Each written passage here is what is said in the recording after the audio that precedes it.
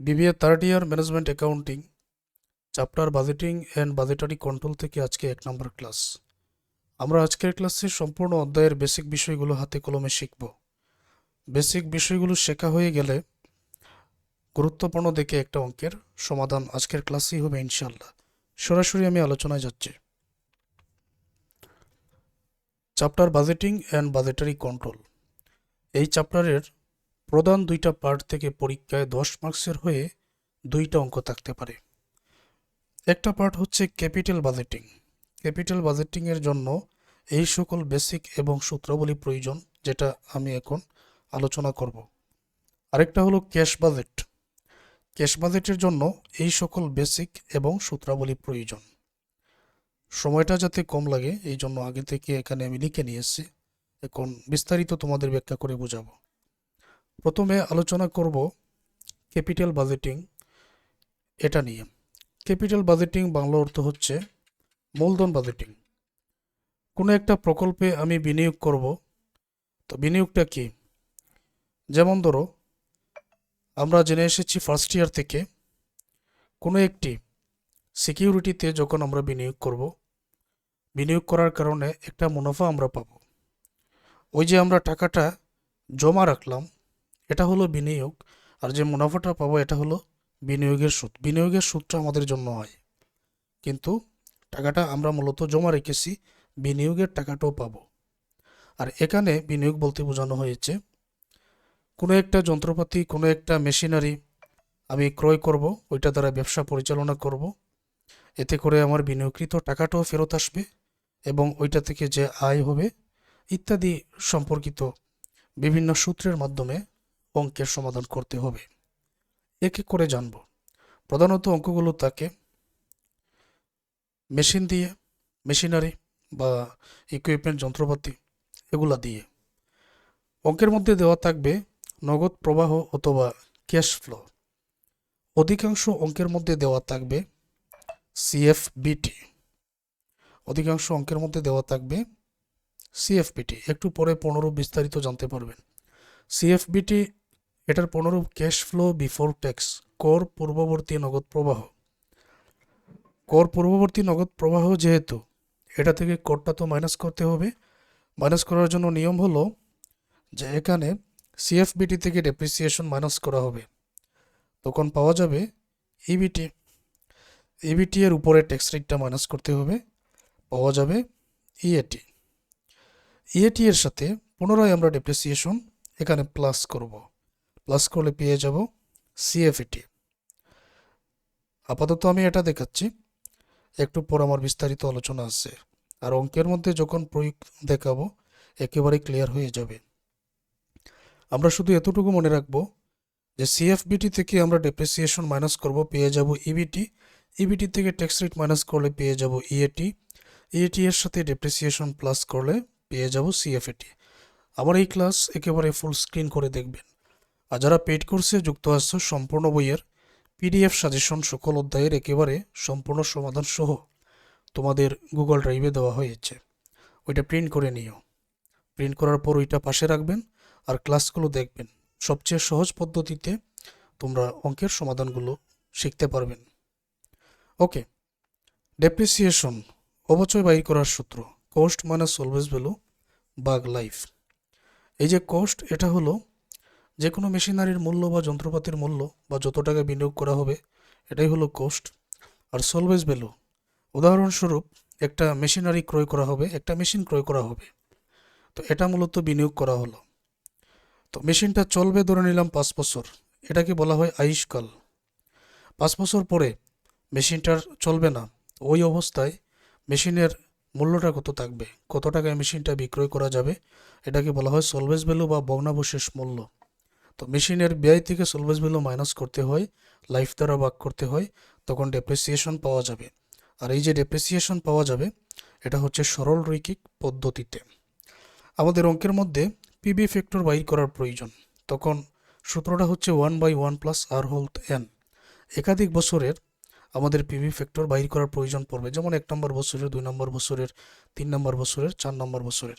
আমি যদি এখন তোমাদের একটু লিখে বোঝাই, একটু ধৈর্য ধরে বুঝো, যেহেতু বেসিক ক্লাস আমি একটু বিস্তারিত আলোচনা করি। আমাকে একটু সময় দাও। উদাহরণস্বরূপ আমি এখানে 10%-এর ফ্যাক্টর বাইর করব। আমি যত পার্সেন্টেরই ফ্যাক্টর বাইর করি না কেন, ওইটাকে আমি 100 দ্বারা ভাগ করে নিব, পেয়ে যাব 0.10। এখন অনেকে বলবেন সহজ একটা বিষয় আপনি আমাদেরকে কেন বলছেন? আসলে সহজ হলেও এখানে একটা বিষয় অনেকে ভুল করেন। কি ভুল করেন আমি পরে বলছি। আমাদের সূত্র তো এটা। তো সূত্রের মধ্যে ধরে নাও 1 নম্বর বছরের জন্য আমি সূত্রটা লিখে নিলাম 1 প্লাস আর এর মানটা এখানে 0.10, ওই যেটা 100 দ্বারা ভাগ করলাম ওইটা। আর এন এর মান 1 নম্বর বছরের জন্য তুমি এখানে 1 বসাবে, যে মান পাবে ওইটা 1 নম্বর বছরের ফ্যাক্টর। তারপর তুমি এখানে 2 নম্বর বছরের জন্য এন এর মান এখানে 2 বসাবে, যে মান পাবে ওইটা উত্তর। 3 নম্বর বছরের জন্য তুমি এখানে 3 বসাবে, 4 নম্বর বছরের জন্য 4 বসাবে।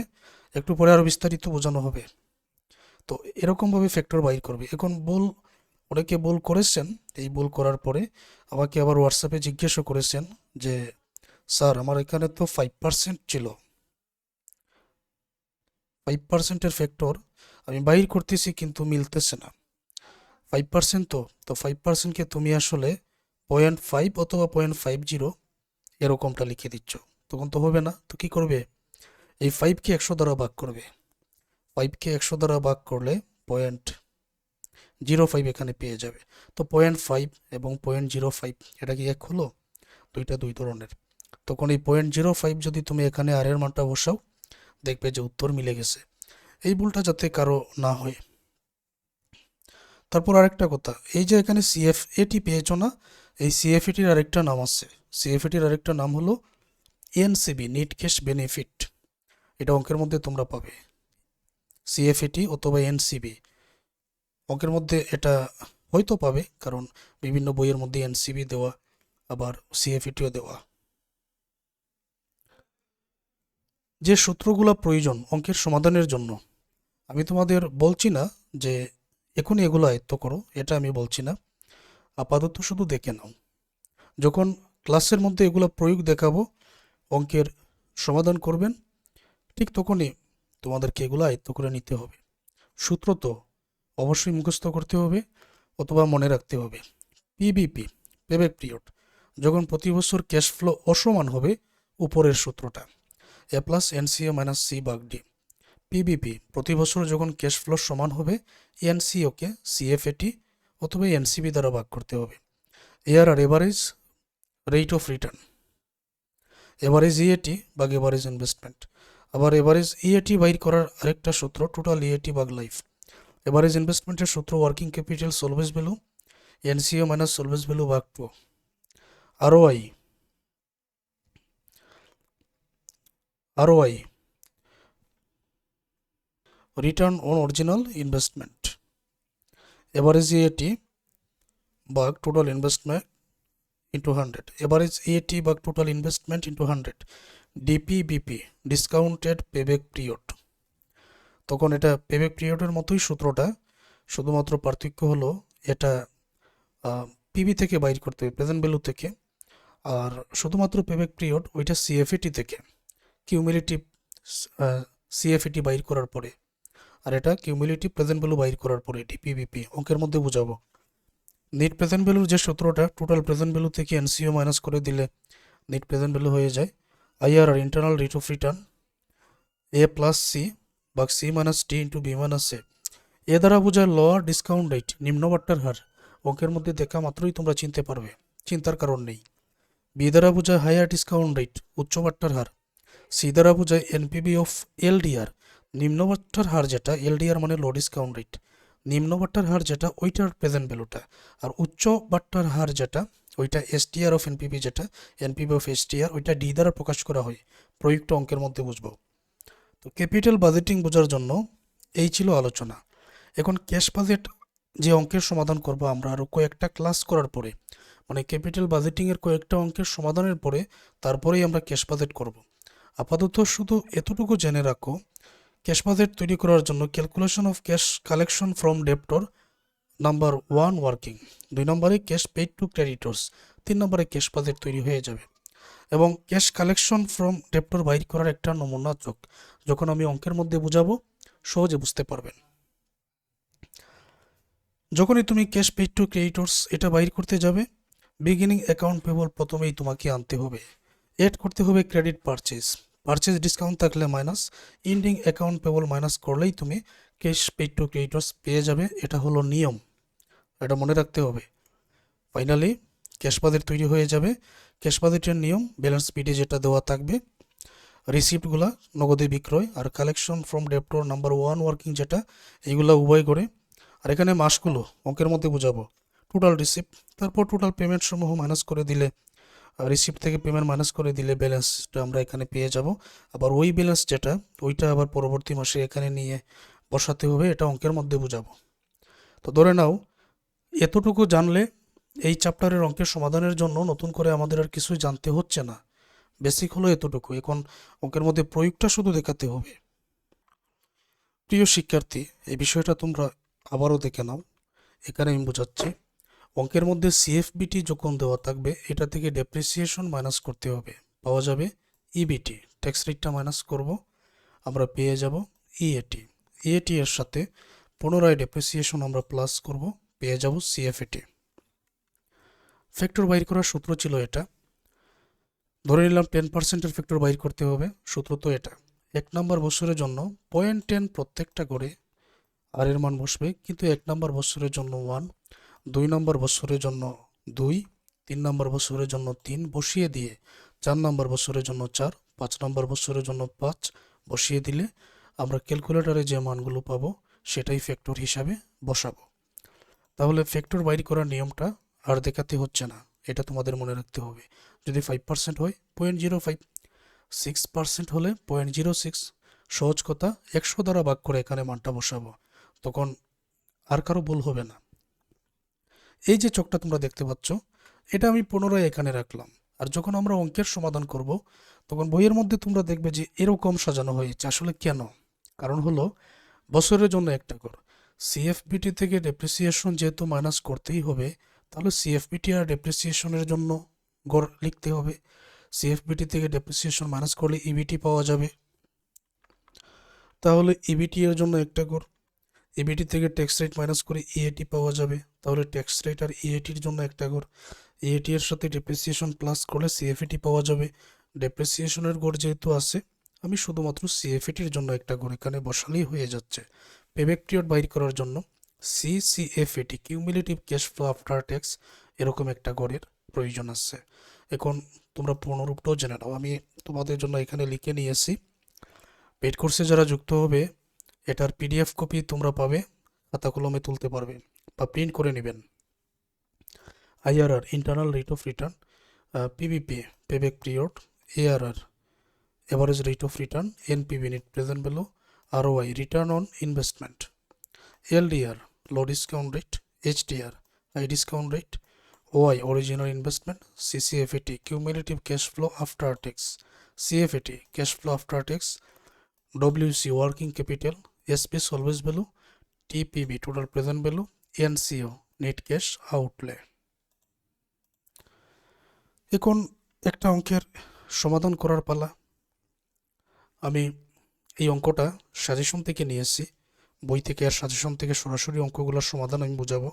এটা বিগত পরীক্ষায় আসছিল, তোমাদের পরীক্ষায় সরাসরি এটা না থাকলেও এটা নিয়মেই তো থাকবে। Jamuna limited is considering a proposal to install a new machine, নতুন একটা মেশিন সংস্থাপন করার জন্য যমুনা লিমিটেড একটা প্রস্তাব পেয়েছে। দি প্রজেক্ট উইল কোস্ট টাকা 1 লক্ষ, আর এই প্রজেক্টে মানে মেশিনটা যে বসাবেন এই প্রজেক্টে 1 লক্ষ টাকা ব্যয় হবে। ওই যে 1 লক্ষ টাকা ব্যয়, মনে রেখো তোমরা, এটাকে এনসিও বলা হবে অথবা কোস্ট বলা হবে, যে কোনো একটা। And its expected life is 5 years, এটার আশানুরূপ মেয়াদ হলো 5 বছর। The estimated cash inflow before tax are as follows, estimated cash flow before tax, সিএফবিটির মানগুলো দেওয়া আছে, মানে ক্যাশ ফ্লো বিফোর ট্যাক্স এই মানগুলো, আর ইয়ার বছর দেওয়া আছে 5 বছরের। The tax rate of the company is 50% and charge depreciation on state line basis. কোম্পানির ট্যাক্স রেট করের হার 50% আর এটার অবচয়টা নির্ণয় করা হয় সরল রৈখিক পদ্ধতিতে। Requirement payback period, average rate of return, net present value এর 10% ডিসকাউন্ট রেট। তিনটা অঙ্কের তিনটা রিকোয়ারমেন্ট। যেহেতু সিএফবিটি আছে, টেবিলের কাজটা তো করতেই হবে। তো টেবিলের কাজ বলতে এই টেবিলের কাজটা আগে করে নিতে হবে, তারপর সূত্রগুলো আমরা প্রয়োগ করব। কোন সূত্রগুলো?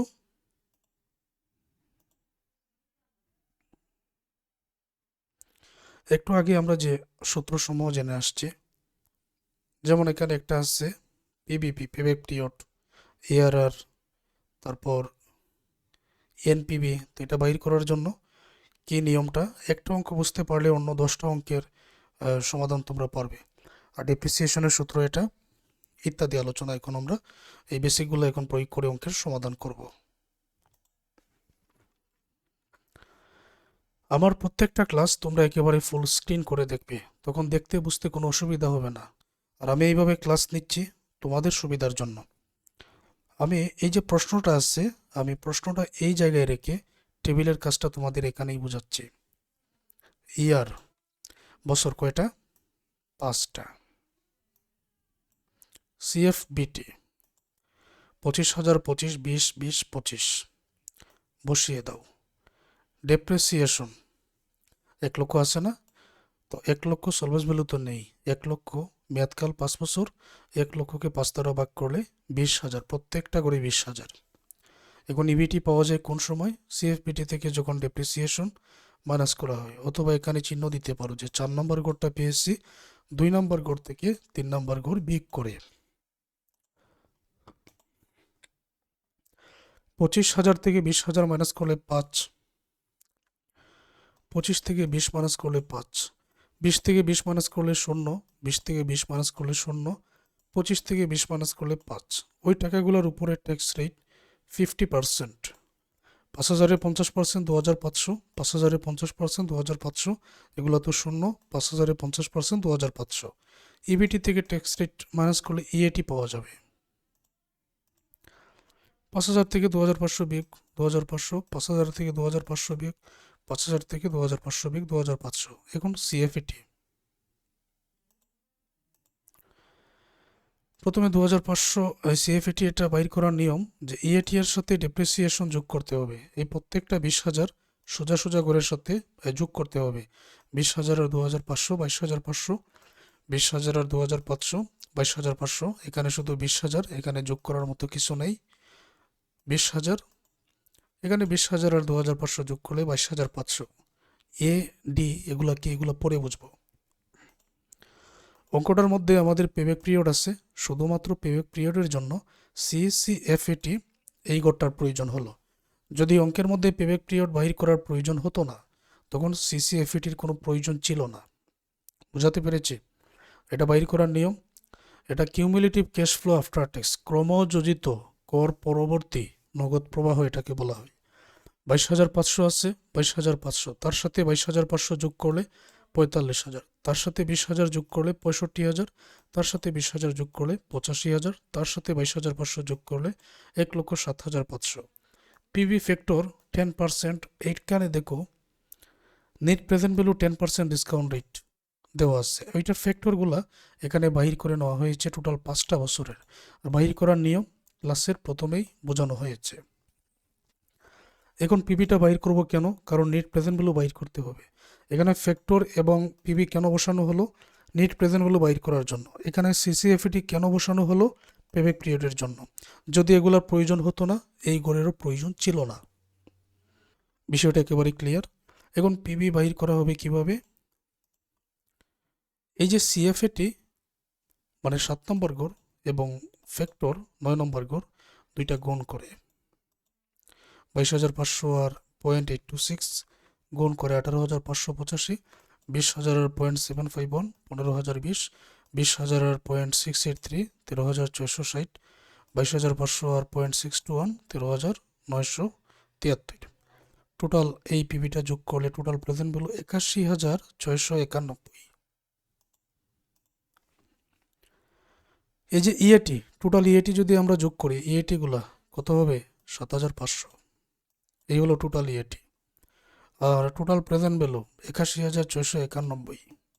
টোটাল প্রেজেন্ট ভ্যালু ৮১,৪৯১, টোটাল ইএটি ৭,৫০০। এখন এই অঙ্কগুলোর সমাধান আমাদের কিন্তু এই টেবিল থেকেই করতে হবে। আমি একটা কাজ করি, এখানে আমরা যে টেবিলের কাজটা করেছি ওই টেবিলটা আমি এখানে নিয়ে আসলাম, আর রিকোয়ারমেন্টগুলো এখানে এক এক করে বোঝাচ্ছে, অবশ্যই বুঝতে পারবেন। ডেপ্রিসিয়েশন যেটা বাইর করা হয়েছে, কস্ট মানে অলওয়েজ ভ্যালু ভাগ লাইফ, ১,০০,০০০, এটাকে ৫ দ্বারা ভাগ করে ২০,০০০, মানে এই ঘরটা। আর পিবিপি এর জন্য সিসি এফএটি এই ঘরের প্রয়োজন ছিল বলেছিলাম। ওকে, অঙ্কটার মধ্যে এনসিও কত ছিল? মেশিনের মূল্য ১,০০,০০০ টাকা, নিট ক্যাশ আউটফ্লো ১,০০,০০০ টাকা। দেখো, নাম্বার 1 বছরে ২২,৫০০, ২ নম্বর বছরে ৪৫,০০০, ৩ নম্বর বছরে ৬৫,০০০, ৪ নম্বর বছরে ৮৫,০০০, ৫ নম্বর বছরে ১,০৭,৫০০। এখন এই ১,০০,০০০ টাকা কত নম্বর বছরে এসেছে? যদি আমরা লক্ষ্য করি দেখব যে ৫ নম্বর বছরে ১,০৭,৫০০ এসেছে, কিন্তু এটা তো ১,০০,০০০ টাকার চেয়ে বেশি। এখন করণীয় কি? করণীয় হলো কমটায় যেতে হবে। তো এই কমটায় থাকলাম, এটাকে বলা হবে সি। এটার সোজা যে বছর থাকবে 4, এটা হলো এ, মানে সি এর সোজা যেটা থাকবে ওইটা হলো এ। সি এর সোজা গিয়ে এক গড় নিচে নেমে যাব সবসময় সিএফএটির গড়ে, এটা হয়ে যাবে ডি। এই জন্য ডি এর মান 22,৫০০, এর মান 4, সির মান ৮৫,০০০। এনসিও ১,০০,০০০, বেশিটায় যাওয়া যাবে না, কমটায় থাকতে হবে। মানগুলো এখানে বসিয়ে দাও। এর মান 4, এনসিও ১,০০,০০০, সির মান ৮৫,০০০, ডির মান 22,৫০০। 4, ১,০০,০০০ থেকে ৮৫,০০০ মাইনাস করে 15, 22,৫০০ দ্বারা ভাগ করলে 0.67, 15,০০০কে যোগ করে নাও, 4.67 ইয়ার্স। 2 নম্বর requirement ARR, average EAT, average investment. এই যে ইএটি আছে টোটাল, এই টোটাল ইএটি ৭,৫০০কে বছর দ্বারা 5 দ্বারা ভাগ করলেই তো গড় ইএটি পাওয়া যায়, এভারেজ ইএটি পাওয়া যায়। 1500 বসাও এখানে। এভারেজ ইনভেস্টমেন্টের সূত্র, ওয়ার্কিং ক্যাপিটাল নেই, সলভেন্স ভ্যালু নেই, ইনভেস্টমেন্ট ১,০০,০০০ আছে, সলভেন্স ভ্যালু নেই, 2 দ্বারা ভাগ ৫০,০০০ বসাও। 1500কে ৫০,০০০ দ্বারা ভাগ করে 100 দ্বারা গুণ করলে 3%। এনপিভি এর 10%। টোটাল প্রেজেন্ট ভ্যালু কত আছে? ৮১,৪৯১, এটা থেকে এনসিও মাইনাস করতে হবে। ৮১,৪৯১ থেকে এনসিও মাইনাস করলে এখানে মাইনাসের একটা মান বের হবে।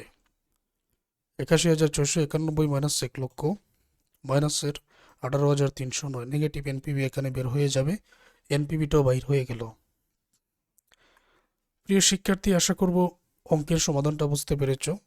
এই ক্ষেত্রে আমাদের কোন কোন সূত্র ব্যবহার হয়েছে এটা একটু ভালোভাবে দেখে নেবেন, আর ক্লাসগুলো ধারাবাহিক দেখবেন।